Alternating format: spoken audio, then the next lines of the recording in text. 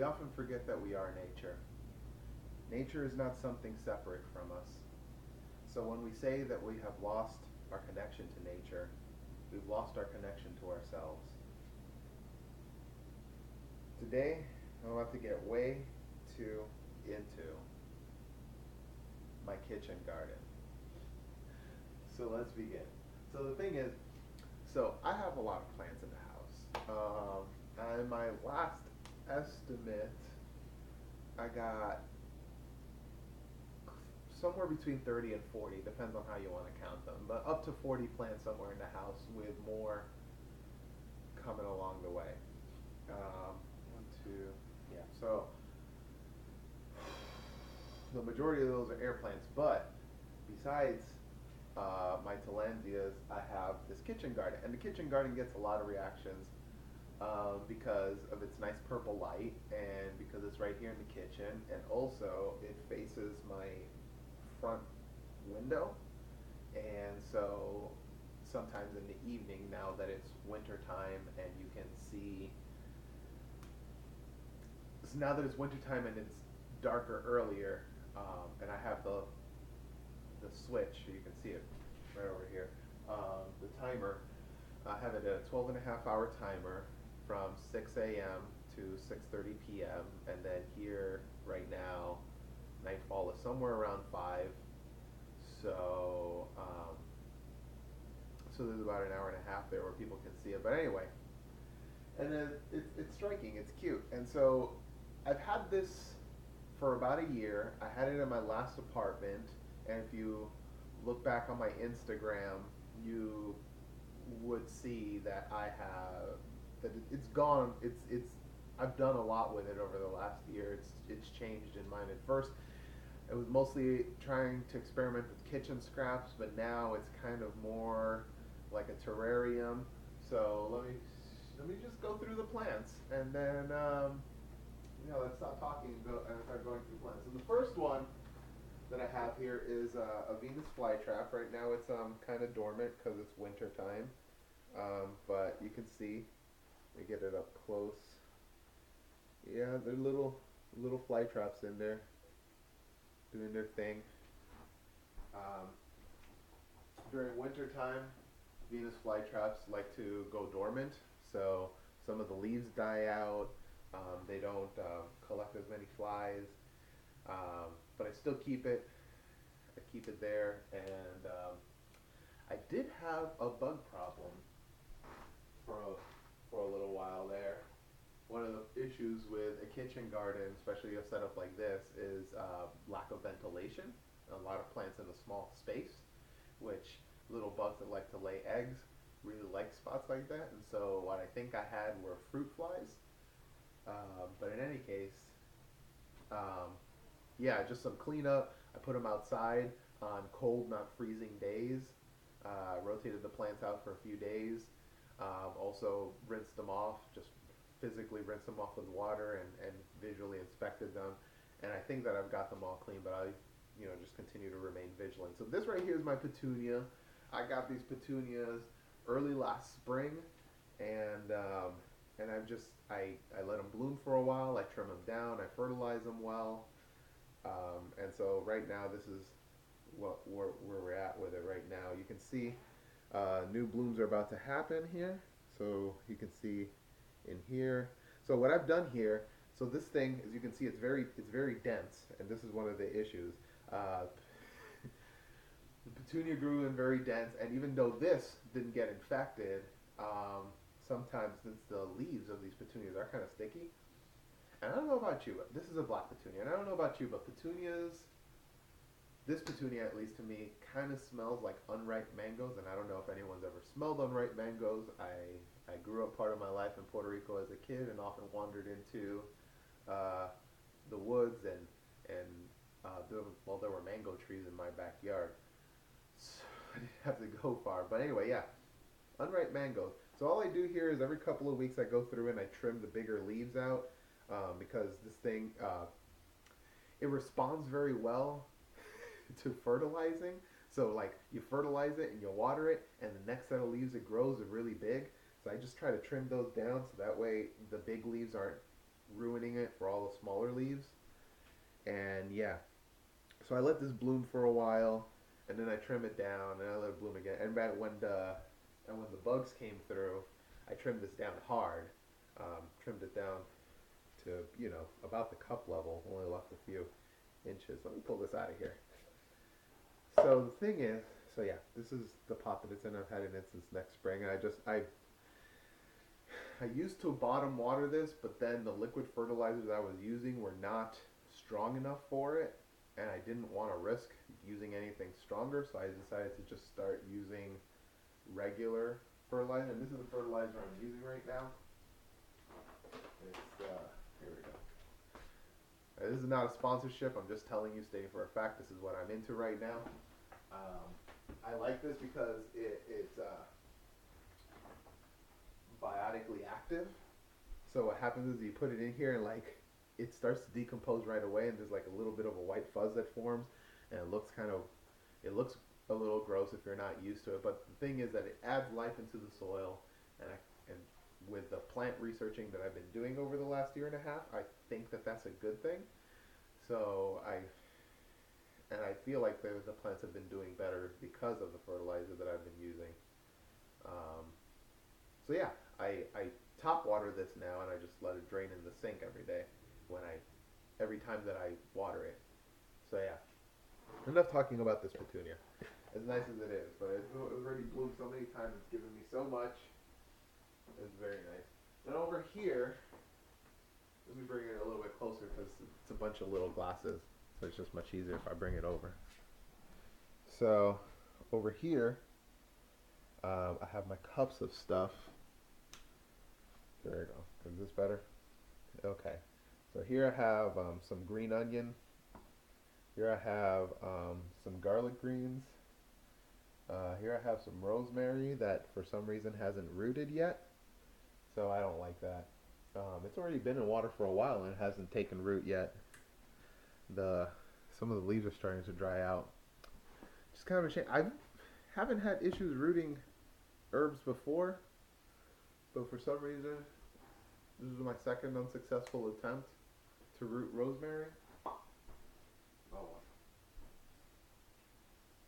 So let's move stuff aside here.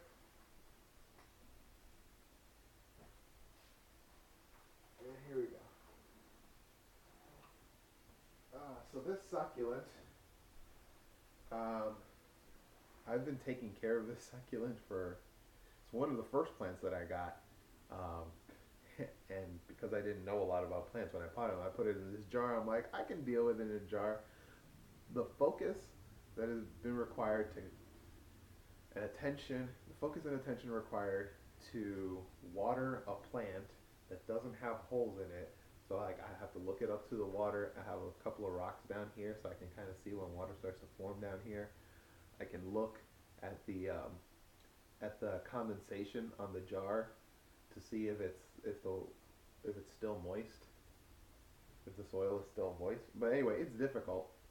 Anyway, this hangs out in the back of my kitchen garden, doing its thing, and it's nice.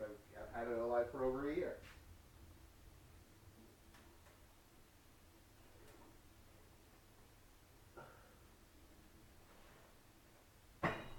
Speaking of plants that I've had alive for over a year, this lavender is one of my oldest ones too. I think I got this like in November, November 2017. Yeah, I think so. Somewhere like November, maybe December. But it was winter, and it started out as a bedroom plant. It was bedroom lavender. And if you go back on my Instagram or maybe in my Tumblr, I talked about my bedroom lavender plant. But then when I got this set up here, whoop, this is the way I had it set up. Okay. But then when I got this set up in January of last year, I put this plant under the lights because the lack of sunlight in my bedroom was making it leggy and I didn't like it. So I put it under there. So then, get this. So it was there up until we moved to this apartment, until we moved to this house, and that was in June. And then in June, I moved it out from under the grow lights, put it in the backyard, and then it stayed in the backyard until like November or so. And then I trimmed it down and I brought it back inside to spend its winter under here. So this has gone through, well, a lot of trimming since several trims since I got it. And actually, I've trimmed it down a couple more times since I put it under the grow lights. I put it under the grow lights, like I said, in November, and I've given it like two small trims since then. So what I do when I trim up, since I'm not trimming a whole bunch, I still like to save it. So I put the lavender in a cup and I just let it dry out. And then like a week or two later, I check on it, and if it's crunchy, I crunch it up and I put it in one of the many jars that I have here, and then I try to either use it for myself to like just like smell it and it smells good, or try to give it to friends. Wrap it up in like a little bit of like tissue paper, and I give it to friends, and then they just rub it in their hands and smell it. It's really good. I call that aromatherapy. Anyway, yeah. So this plant is really cool because it's gone through a lot, and you can kind of tell in the growth of it. Like these thicker branches are the oldest ones, and then there's some thinner ones. And so you look at it from the side, and it looks kind of like a mess. But the thing is that this, remember, the grow lights, the plant is receiving light from above, and those grow lights, they have a 60-degree spread. So hopefully the plants are getting like a good spread. But yeah, really this is the way that the plant looks at the light, and the light looks at the plant. So this is kind of like the overhead view is also important to examining its overall health, is what I'm trying to say. So yeah, I just trimmed this down the other day, just trying to get some of the offshoots from shooting out too much, because you could, like I said, small space. So kind of gotta compact its growth, can't let it spread out too much, which is another thing. I don't know if you noticed with this one, but you see I'm trying to make sure that they grow upwards and trying to limit the outward growth so that they don't uh, clash. So yeah, that was a Provence lavender, which I enjoy very much. And now I'm going to show you let me show you the chives next.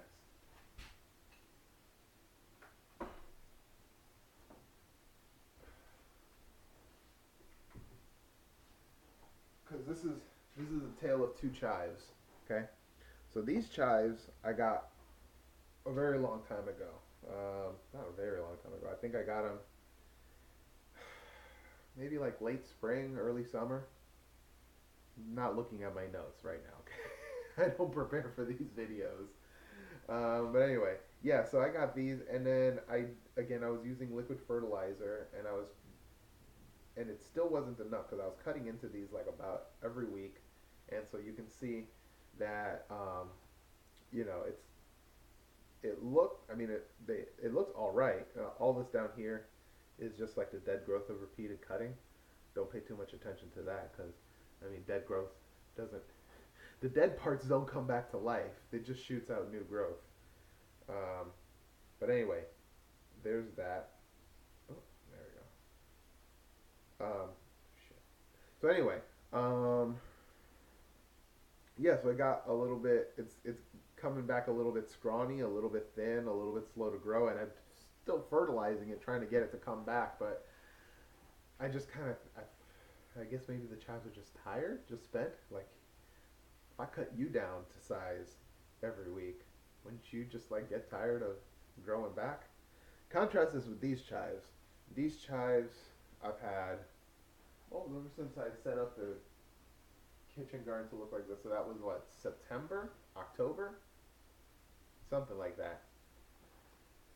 And this one I've been more focused. I've been using top fertilizer, watering it from the top, I'm putting in a little bit of fertilizer every month, taking good care of it, picking out the uh, the clovers that grow in here.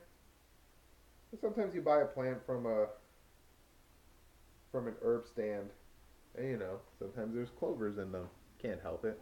It happens. But anyway, yeah. So yesterday I used some of the chive, so I used up half of it, and then here's the other half for contrast. This right here, this is so the contrast between this and this. This right here is 2 weeks of growth. Okay, this entire thing is 2 weeks of growth, and then this half right here, this is 1 week of growth.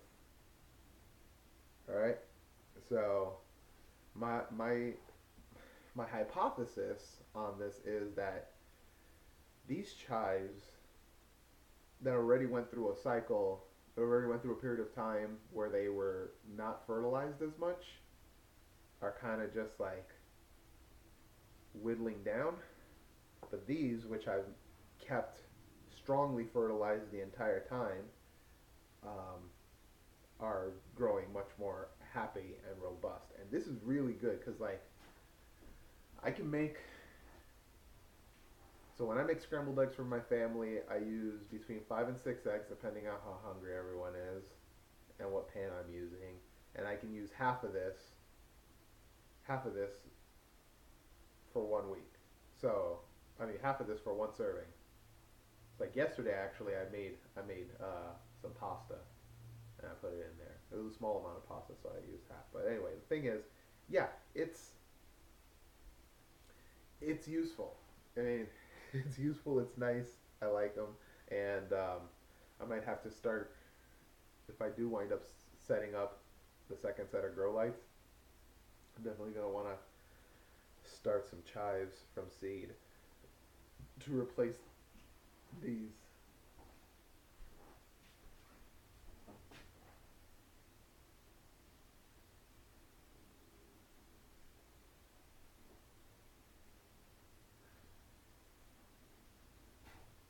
So yeah, I've had other plants in this garden. I've I tried oregano.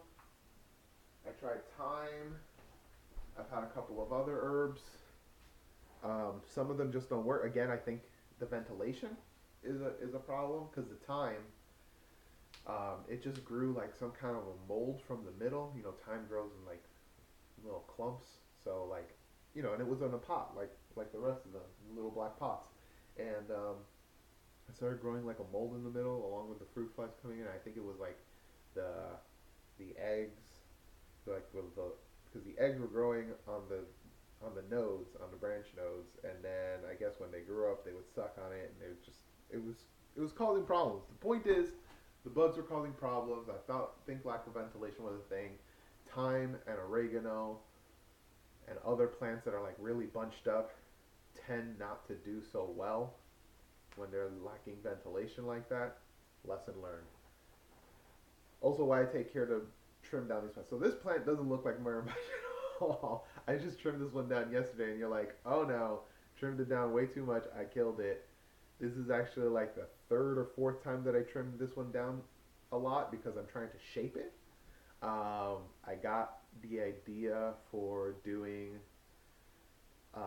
like for using lemon verbena to do well, like it's like bonsai style where you just keep like mini trees. So I saw, like, I don't know, I haven't looked too much into the traditional art of Japanese bonsai trees. I have seen a couple of videos of Americans or Westerners doing practicing bonsai practices with like juniper trees or a couple of different herb plants like rosemary, why I wanted to which is why I wanted to root rosemary so that I could have my Tuscan blue indoors as well as the one outside. But anyway, I saw this lemon verbena and I thought that the lemon verbena looked interesting because it kind of looked like a tree. And when I got this one, it was looking a little bit on the leggy side because there was like there wasn't a lot of growth in the stem, and there was a lot of outside growth. And this growth right here has improved over the last few months. So I'm trying to get this like spiral shape out of it. You see, and I'm not exactly sure where it's gonna go, but I working on it. And so this one got attacked by the bugs in here as well. So it's a good thing that I trimmed it down. But anyway, yeah, I'm going for like this like circular pattern. You can see it. And so yeah, I'm paying attention to where the light hits it, even though it should be directly overhead. It's kind of in the corner, so I'm kind of because it's in the corner, I'm trying to guide it to go this way.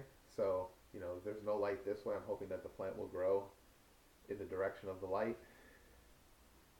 And yeah, I'm thinking that give this a couple more months, and it should look really nice.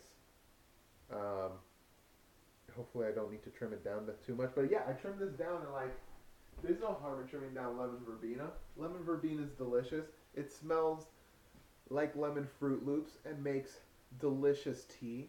So I trimmed it down, and here are the leaves that I trimmed down yesterday. And I'm just gonna dry this out for a week, and then yeah, and then just put it in a jar. I have some lemon verbena outside too, but because it's winter time right now, all the plants outside are dormant. Although, okay, so I live in Northern Virginia, and it's been a very mild winter. Like there have been days where it's gone up to 60 degrees, and when it gets close to freezing, it it hardly goes below freezing. I think we've only had like 1 or 2 nights where it's gone below 32 degrees Fahrenheit. So it's so yeah, some of my plants are outside are still like alive and doing. I mean, they're not like thriving, but they're doing relatively well considering the time of year. Like I have a geranium that's still alive, mums that are still alive, um, herbs in pots that are still alive, like my Tuscan blue rosemary, my silver sage, my Greek marjoram. They're all just doing. I mean, growing on the slow side because it's cold, but they're doing well. Anyway, da-da-da-da-da. Yeah, so that's all the plants in my kitchen garden. I could talk about this kitchen garden all the time, and as you can see, like if you look back on my previous videos, maybe not previous videos, but like if you look back my social media history, mostly my Instagram, probably on my Tumblr, you'll see that this has changed substantially over the last few years. Not, not over the last few years. Over the last year. I've only been doing this for uh, not even a year and a half. So anyway, that concludes my tour. I hope that you liked it. Maybe you'll be inspired to do something like this on your own. I'm open to answering any questions. I realized that like I talked and I didn't give this video any structure. I just rambled about a lot of things. But if you have any specific questions, I'm happy to answer them. I'm happy to show you around more. I want to talk about things and just waiting. I'm just gonna put content out there about whatever I want to put content out there for, and then if anybody is interested in it, I'll be happy to talk more. I've done videos about a couple of videos about Marvel movies. I did a Star Wars video. At one point, I wanted to do a video about the Captain America movie trilogy, but I recorded some, but I didn't like the way any of them turned out because they were kind of unfocused. But in any case, I've rambled enough. So enjoy.